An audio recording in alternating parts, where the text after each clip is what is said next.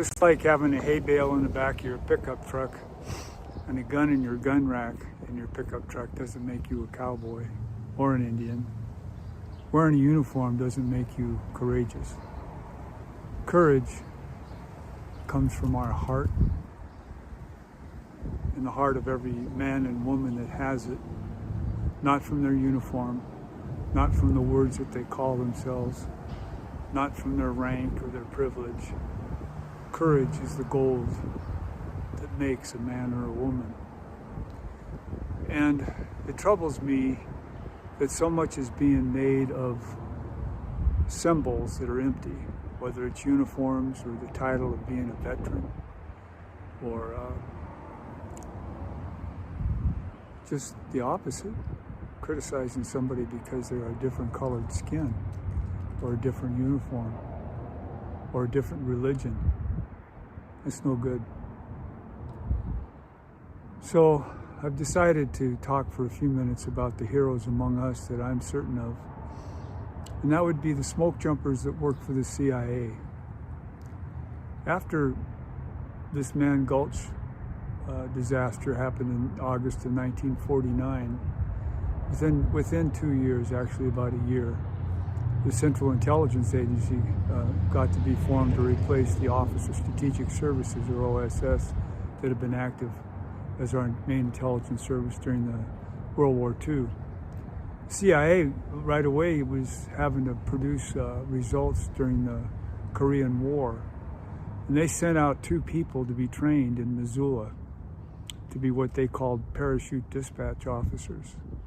And the guy that trained him, Garth Orsrud, was a student at the university, and he got called in from classes because he'd been a smoke jumper to train them, and they had the aircraft and everything. And they trained these 2 guys from the CIA and then sent them off.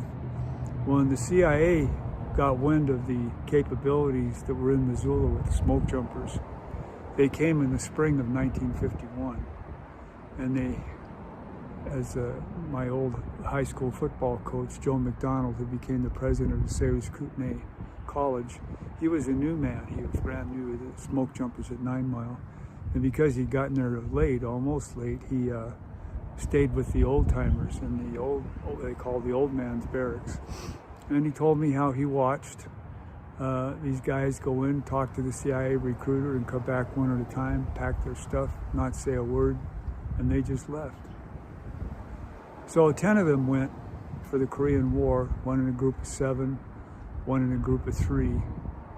There's more about that I can talk to you about, but I'm not right now. And then later on, as the 50s rolled by, and the problems started to happen in Tibet with the Chinese communists, and they were just terribly killing the Tibetan tribesmen. The Dalai Lama had to get out of that country, and he got out with 70 of his family, and they went over a pass into India. But it's little known that the 2 radio teams that kept in touch with President Eisenhower in real time in Washington were Tibetan citizens who had been trained by the CIA and dropped in there on parachutes, 2 teams of 2 men.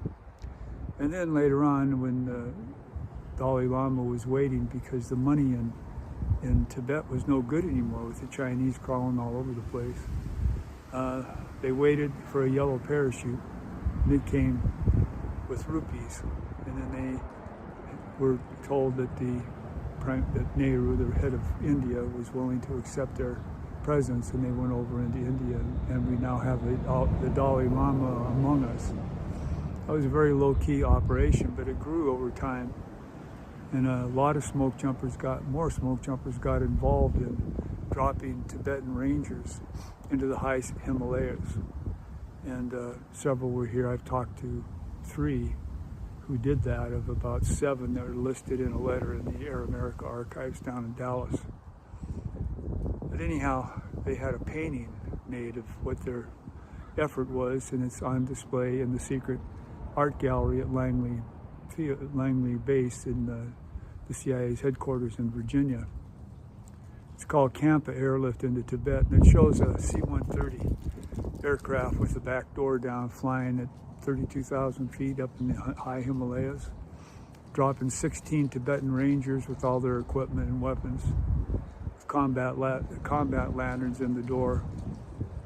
Yeah, I talked to several people who did that. It's pretty risky. And some of those aircraft barely got back to Thailand with any gasoline in their tanks or any fuel in their tanks.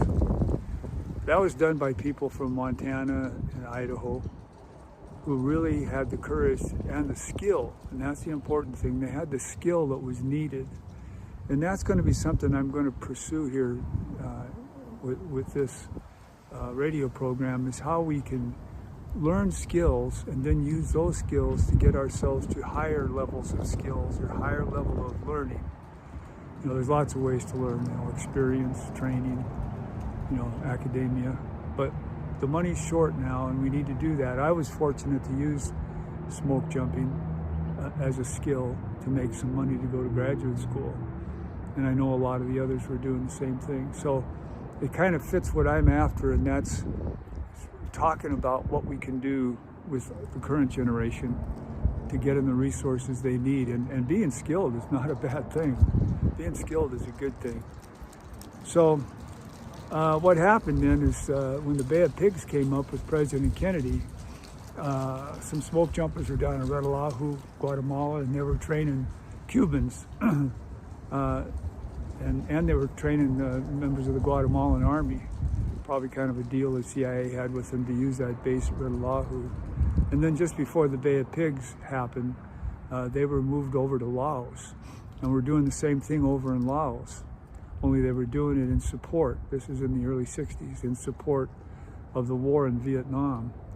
And a secret base was built at Long Cheng, T-I-E-N or C-H-E-N-G, Long Cheng, up in the mountains of Laos. And from there, aircraft would go. Sometimes they would be in dogfights. They were called Ravens. But helicopters, aircraft would go to rescue our downed pilots. A lot of people's lives were saved. But that base, that secret CIA base at Long Cheng, was nicknamed Big Sky because the head case officer that was working with General Vang Pao, the head of the CIA secret army of Montagnards or Hmong or Mayo tribesmen, could speak Mayo, and they got along okay. And he was the case officer, and he was from Ovando, Montana. His name was Jerry Daniels. His code name was Hog.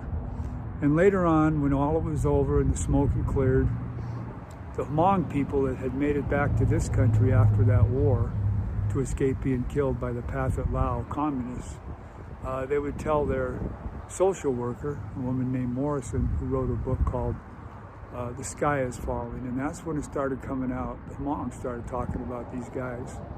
There were a lot of Montanans, a lot of smoke jumpers involved in that whole operation, and I know quite a number of them, and they're really remarkable men. At that time, there weren't any women in the smoke jumpers, but there are now.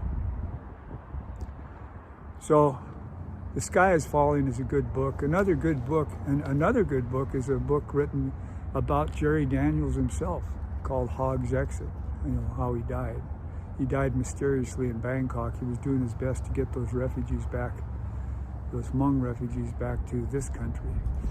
And Pam Roberts, who runs Rattlesnake Production down in Bozeman, her first gig was as a social worker, and she was up there in Thailand, and she had to bring back 4 of Vang Pao's wives to Missoula to link up with Jerry Daniels' mother, who really did a lot for these people because of what Jerry told her. They were very brave. They helped us a lot. And down in the Air America archives, there's pictures of Hmong tribesmen wearing smoke jumper gear. I know they must have got it from some base somewhere. They didn't make it themselves. Anyhow, it's a huge story, and when I hear people make fun of other people because they're among us, they're refugees, they have different colored skins or speak different languages, it really makes me angry. It's stupid. Because courage comes from our hearts. And I'll leave it with that right now. And then one other thing, the best explanation is published by the National Smoke Jumper Organization. You can Google it, and from their